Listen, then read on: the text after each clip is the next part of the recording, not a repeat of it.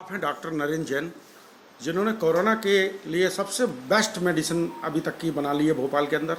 Doctor साहब का संक्षिप्त परिचय ये है कि ये बीएमएस डॉक्टर हैं और इन्होंने जो है बरसों से इनकी प्रैक्टिस, कम से कम 20 साल की प्रैक्टिस तो कम से कम रही है, और जिन्होंने गारंटी के साथ कोरोना के लिए अपनी दवाई का बड़ी तेज़ी से प्रचार प्रसार बिना किए हुए लोग इनके दवाइयों का लाभ ले रहे हैं, इसमें कोई शक नहीं।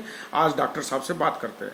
तो डॉक्टर साहब, ये आपके दिमाग में कब से आया कि कोरोना के बारे में बनाया गया? एक्चुअली क्या है कि जैसे ही कोरोना आया उस समय मैं सिंगापुर में था और मेरा बेटा चाइना में संघई में था।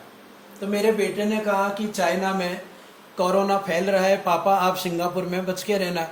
मैंने कहा ये कोरोना क्या होता है? बोले एक वायरल डिजीज़ होती है, और ये वायरल डिजीज़ को जब मैंने नेट में पढ़ा तो पता चला कि ये कोविड-19 इसका नाम दिया गया है, जो 2008 में आया, 12 में आया, 19 में आया।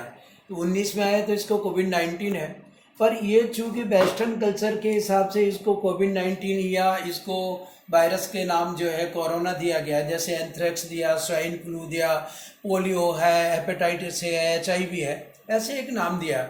पर भारत की परंपरा में इसको हम मान लीजिए कि ठीक है, हम इसको कोरोना ना माने तो हमारे आयुर्वेद आचार्य क्या मानते थे? तो आयुर्वेद में जो 107 प्रकार के ज्वर हैं उसमें श्लेष्मक ज्वर यानी कफ और श्वसनक ज्वर यानी एक प्रकार से निमोनिया। अब हम यदि कफज ज्वर यानी श्लेष्मक ज्वर या निमोनिया का इलाज कर रहे हैं तो लोग पूरे डॉक्टर साहब एक मिनट, ये पब्लिक को समझ में नहीं आएगा। श्लेष्मक, असल में पब्लिक को इतना बताया गया है कि कफ इसमें टाइट हो जाता है, हार्ड हो जाता है, का मतलब कफ हार्ड हो जाता है और सांस लेने में तकलीफ होती है। श्लेष्मा जो है शास्त्रोक्त शब्द है, तो सांस लेने में तकलीफ होती है और कफ जो है सांस नली में जाके फंस जाता है और टाइट हो जाता है। तो कैसा कुछ है क्या? बिल्कुल ऐसा। एक्चुअली डॉक्टरों का ये कहना है कि जब प्राइमरी सिम्टम्स इसके आते हैं लोगों को, तो हल्का सा कोई भी वायरस या बैक्टीरिया बॉडी में जाता है तो बॉडी में जब उसकी एक्टिविटीज होती है तो ज्वर उत्पन्न होता है यानी फीवर आता है, फिर हल्का सा न्यूजास मतलब जैसे सर्दी जुकाम होता है। पर ये वायरस और आगे बढ़ता है और जब इसकी बहुत सारी ग्रोथ हो जाती है तो लंग्स में इसकी मात्रा बढ़ने के कारण से कफ जो है वो श्वास नली को जाम कर देता है। इस कफ को निकालने का सबसे नहीं तो मृत्यु का कारण वही होता है क्या? मृत्यु का कारण जब यदि ऑक्सीजन नहीं मिलेगी और लंग्स की श्वास नलियों में कफ जमा हो जाएगा तो निश्चित तौर पे अवरुद्धता के कारण से ऑक्सीजन नहीं पर मिलेगी। आपका कहना है ये पहले से है कोरोना, तो क्या पहले भी लोग इसमें मरते थे? नहीं, बिल्कुल ये अनादिकाल से अनंत वायरस है इस संसार में। ये तो हमने नाम दिया, आप कितने वायरसों को खोजेंगे? हमारा एक ये है कि आप वायरस को वायरस के लिए क्यों कह रहे हैं? आप यदि आयुर्वेद के सिद्धांतानुसार इसे कफज ज्वर कहेंगे या कफ की बीमारी कहें तो कफ का निकाल देना, एलोपैथिक में कोई ज़्यादा दवाइयाँ ऐसी नहीं हैं जो कफ को निकाले, पर आयुर्वेद के पंचकर्म का मात्र वमन कर्म, यदि आप गर्म पानी पी के और उसको सुबह पूरा वॉमिट करें तो बहुत सारी कफ। तो आप ये जो बहुत सस्ती दवाई दे रहे हैं, बहुत हल्के, बहुत कम रूप में, कम पैसे में, क्या आपको पूरी तरह से इस बात से आप संतुष्ट हैं कि इससे कोरोना नहीं हो रहा है और ठीक हो रहा है? देखो, मैंने अभी तक लगभग 7,000 डोज लोगों को दिए हैं और उनमें से 3,000 लोगों को चैरिटेबल दिए थे कि लोग इसकी तरफ आकर्षित हों। जो जैन कम्युनिटी के करीब मंदिरों में और जैन समाज में हमारे जो फैमिली मेंबर्स हैं, इसके अलावा हमारे जो फैमिली डॉक्टर जो हमें मानते हैं, उनको जब हमने दिया तो हमने ये देखा कि लोगों में इंस्टेंट एक दिन में बहती हुई नाक बंद हो रही, सांस में यदि तकलीफ हो रही तो वो बंद हो रही, जिसके हमने समय समय पर ऑडियो डाले हैं, वीडियो डाले हैं। माननीय प्रधानमंत्री को 5 मई को इससे संबंधित हमने पत्र भी लिखा है जिसका पावती हमारे पास है और सेक्शन ऑफिसर के पास वो पूरी की पूरी फाइल जमा हो गई है। माननीय नरोत्तम मिश्रा जी से भी हम मिलने गए थे, श्री महेश शर्मा जो भाजपा के प्रवक्ता हैं, पर चूंकि व्यस्तता के कारण से नरोत्तम मिश्रा जी शिवराज सिंह जी के पास चले गए और हम अपनी पूरी फाइल उनको दे के आए कि ये जो यदि गरीब लोगों को मिले। अब चूंकि इसमें जो एक रस है वो इतने महंगे होते हैं कि यदि हम सामान्य व्यक्ति को 400 रुपये में दें तो ये संभव नहीं है, पर यदि 30-20 से 40 रुपये में हर व्यक्ति को देंगे तो एक गरीब से गरीब व्यक्ति लेगा, क्योंकि ये वक्त कमाने का नहीं है। डॉक्टर साहब, इसके ट्रैक रिकॉर्ड या इसका कोई चार्ट है आपके पास कि कितने लोग ठीक हो रहे हैं इससे? और या कोरोना नहीं होगा? उसका एक तो पूरा का पूरा ये आलेख है जो 44 पेज का है।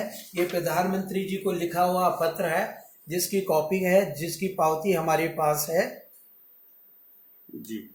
और ये कैसे काम करेगा, इसका ये रिसर्च 40 पेज का पूरा रिसर्च पेपर हमने तैयार किया है, जो वैज्ञानिक आधार पर और तो इसको किसी ICMR वगैरह ने किसी ने इसको नहीं, देखिए कहीं भेजा? ICMR और WHO के लायक मेरे हैंड्स नहीं है, मेरे अप्रोच नहीं है। और मैं वहां जब तक जाऊंगा, जब तक ना तो ये अप्रूव हो पाएगा, मुझे विश्वास है भारत में भारत के डॉक्टर की कोई कीमत मेरे हिसाब से हो नहीं पाती। जब रामदेव बाबा सक्सेस नहीं हुए तो मेरी क्या औकात है। नहीं, उनका रामदेव बाबा का तो एक दवाई में केवल इम्यूनिटी बढ़ाने के लिए, नहीं, कोरोना खत्म करने के लिए तो नहीं है। देखिए एक्चुअली भारत के हर व्यक्ति के दिमाग में ये घुसेड़ दिया कि इम्यूनिटी बढ़ाओ, इम्यूनिटी बढ़ाओ। तो मैं आपसे पूछता हूं कि क्या ज्योतिरादित्य सिंधिया की इम्यूनिटी कम थी? बिल्कुल नहीं। क्या मन्नू डागा भोपाल के विधायक नहीं, हट्टे कट्टे जो मिलिट्री पुलिस और फोर्स के लोगों में इम्यूनिटी सबसे ज्यादा है। इम्यूनिटी तो आपके दिमाग में WHO ने घुसेड़ दिया था कि आप नई चीज नहीं लाए। नहीं, तो पर रामदेव बाबा की दवाई में तो इम्यूनिटी का ही दावा किया गया ना, ऐसा कोई घटक इम्यूनिटी नहीं, उन्होंने एक्चुअली इम्यूनिटी के कारण से इस वायरस का अंत होता है। मान लीजिए आयुर्वेद 2 प्रकार की चिकित्सा होती है, एक लंघन चिकित्सा है, भ्रंगण चिकित्सा। भ्रंगण चिकित्सा का मतलब होता है टॉनिफिकेशन ऑफ द बॉडी, यानी बॉडी की इम्यूनिटी बढ़ाना। तो उनका ये कहना है कि यदि हम इम्यूनिटी बढ़ाएंगे तो ये वायरस आगे ग्रोथ नहीं करेगा। तो डॉक्टर साहब, ये जो घटक आप दे रहे हैं दवाई में, ये घटक क्या ओपन नहीं हो सकते हैं मार्केट में, कि ओपनली मालूम है क्या लोगों को क्या दे रहे हैं? बिल्कुल शास्त्रों में लिखे हुए हैं, मैंने अपना कुछ नहीं किया। मैंने तो शास्त्रों से निकाल के उन्हीं का लोगों को कॉम्बिनेशन दे रहे किया। और 30 साल से प्रैक्टिस कर रहा हूं, तो मुझे अनुभव है कि इस बार के पहले भी तो लोग जुकाम के लोग इसकी मात्रा के अनुसार इस मौसम के पहले भी तो लोगों को सांस लेने में तकलीफ होती थी, तो क्या सब मरते थे? आज भी मरने की दर बहुत कम है। तो कुछ ऐसे मरीज हैं जो कोरोना पॉजिटिव रहे और आपकी दवाई से नेगेटिव होगा? हाँ, मैंने आपको 2 वीडियो डाले हैं, ऑडियो डाले हैं। वो जो 2 बेटियां हैं, एक बहू है, और ऐसे मेरे पास करीब 7000 लोगों की रिकॉर्ड्स हैं जो हमने यहाँ उनके फोन नंबर से लिखे हुए हैं। क्योंकि चूंकि मेरा तो कोई बहुत बड़ा हॉस्पिटल नहीं है, कोई रिसर्च सेंटर नहीं है, पर जहाँ जहाँ 100 200 500 लोगों के ये पूरा रजिस्टर कोरोना, हाँ, कोरोना का है ये। और ऐसे लोग हैं जो चीफ जस्टिस सुप्रीम कोर्ट से लेके एक से एक बड़े बड़े डॉक्टर हैं, बड़े बड़े वैज्ञानिक हैं, जिनको हमने ये दवाइयाँ दी हैं, और उनके हमारे पास जो व्यू हमारे व्हाट्सएप पे आए हैं। एक बार डॉक्टर साहब दवाइयों का और बता दीजिए, प्रिवेंटिव और क्यूरेटिव। हाँ, एक्चुअली प्रिवेंटिव तो ये है ही, क्यों यदि हम 1-2 डोज उसको महीने में ले लेते हैं तो हमारे लंग्स में कफ का स्तर थोड़ा कम हो जाएगा। और यदि वायरस को मीडिया नहीं मिला तो ये मतलब अंदर ग्रोथ नहीं कर पाया। दूसरा, हमारे जो आयुर्वेद का सिद्धांत है, जो श्लेष्मक ज्वर और श्वसनक ज्वर के हिसाब से हम दवाई दे रहे हैं, तो हमारे जो रस रसायन है वो इंस्टेंट कफ को कम करते हैं, और कफ को कम करेंगे तो आपकी बीमारी ठीक होगी। हम इसको कोरोना नहीं माने, आप आयुर्वेद के सिद्धांत के अनुसार इसको श्लेष्मक ज्वर या श्वसनक ज्वर मान के ही हम इलाज कर रहे हैं। मेरे दिमाग में कोरोना नहीं है, मेरे दिमाग में श्वसनक और श्लेष्मक ज्वर है। मैं उसका इलाज कर रहा हूं। टच से भी आता है, टच करने से भी आता है। ये मॉडर्न थ्योरी है कि मतलब कोई भी वायरस होता है तो जैसे हमारे हाथ में लगे हुए हैं। अब चूंकि विज्ञान ने बहुत तरक्की कर ली है, जब विज्ञान बहुत ज़्यादा वैसा नहीं था, जब आत्मविज्ञान था, तो आत्मविज्ञान से हमारे मनीषियों ने बताया कि कपच बीमारी है, और वो भी आज भी सही है आज के परिप्रेक्ष्य में। पर आज का विज्ञान बदलता जा रहा है। पुराने जमाने में छूत की बीमारी कहते थे। बिल्कुल, पुराने जमाने में छूत की बीमारी जो थी आज भी है। तो इससे उसका कोई संबंध है छूत की बीमारी? उसके लिए अभी मेरा कंटेजियस डिजीज पे एक लेक्चर हुआ जो सागर इंस्टीट्यूट ऑफ ग्रुप ने किया।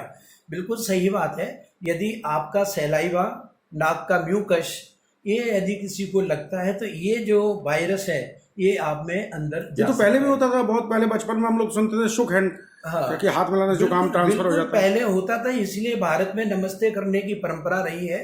और नो डाउट इसमें कोई वो नहीं है कि भारत के जो आयुर्वेद ग्रंथों में पहले लिखे हैं उसमें ऋतुचर्या के अनुसार आपका प्रिवेंशन भी लिखा हुआ है, आपकी जीवनचर्या के अनुसार भी प्रिवेंशन। तो डॉक्टर साहब, दवाइयों के साथ में इसमें प्रिकॉशंस भी लेना जरूरी है? बिल्कुल, प्रिकॉशन तो बहुत लेने चाहिए। मध्य प्रदेश शासन या भारत सरकार ने जो आपको डिस्टेंस या सोशल डिस्टेंस की बात कही है, मास्क की बात कही है, दूरियां बनाए रखने की बात कही है, बिल्कुल सही है। इसको पूरे देश को मानना चाहिए।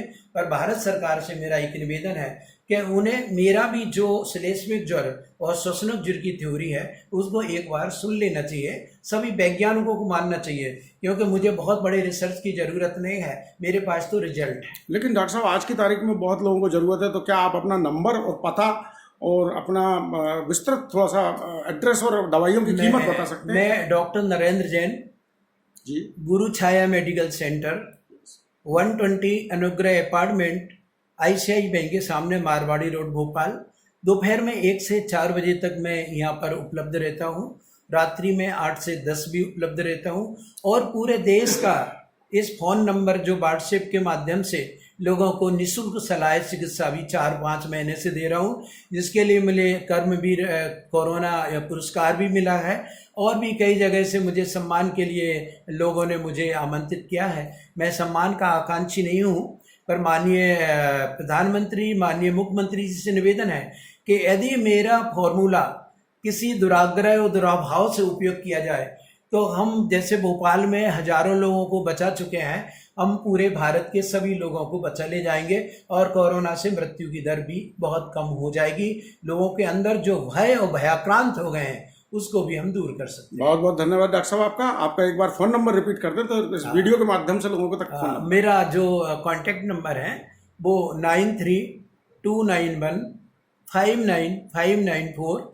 ये मेरा सेल नंबर है। और मेरे हॉस्पिटल का नंबर है 0755273647। और आप भी मेरे यहाँ दुबे जी और जैन साहब आए, मैं भी आपका हृदय से स्वागत करता हूँ। और मुझे बड़ा अच्छा लगा कि भारत में अभी भी ऐसे जागरूक लोग हैं जो किसी टैलेंट के लिए कम से कम सम्मान तो दे रहे हैं। आपका आना मेरे सेंटर में मुझे बहुत अच्छा लगा। जो अपने देश की परिस्थितियां हैं, जहां तक लोगों की पॉकेट लोगों को एक्सपेंड करने का परमिट करती है, उसके हिसाब से आपकी दवाइयां एकदम फिट है। हाँ, इसलिए हम लोगों के दिमाग में मैंने आपसे एक्चुअली परम आदरणीय मुख्यमंत्री जी के पास भी खबर भेजी थी, अपने 8 वीडियो भी साधना सिंह जी के माध्यम से उन तक भेजे हैं, सुने कि नहीं ये बात अलग है, पर मेरी मित्र उनकी गोदिया की हैं। तो मैंने ये उनसे निवेदन किया था कि मैं उस समय पूरे जितने भी प्रवासी मजदूर थे और जितने भी सैनिक हैं, जितने भी पुलिस वाले हैं, जितने भी डॉक्टर हैं, यदि 20 रुपये में 1 डोज मैं उनको उपलब्ध कराता हूँ तो भारत में क्या पूरी वर्ल्ड में इससे सस्ता, इससे सुंदर और इससे सुलभ और बिना किसी दुष्प्रभाव के यानी 100% सुरक्षित इलाज नहीं हो सकता। क्योंकि वैक्सीनेशन के लिए हमें बहुत इंतजार करना पड़ेगा और वैक्सीनेशन के अपने दुष्प्रभाव भी होते हैं। लाखों पशुओं की हत्या अभी एक्सपीरियंस के लिए होगी और उसके बाद में करोड़ों पशुओं की हत्या उनके सीरम से वैक्सीन बनाने के लिए हो सकती है। इसलिए ये मेरा है, क्योंकि मेरे गुरुदेव जो आचार्य विद्यासागर जी हैं, उन्होंने अपनी देशना में कहा है कि आयुर्वेद में ही हर चीज का इलाज संभव है। थैंक यू डॉक्टर साहब, धन्यवाद आपका बहुत बहुत धन्यवाद। मैंने आपका इंटरव्यू लिया। ठीक है, थैंक यू डॉक्टर साहब, थैंक यू।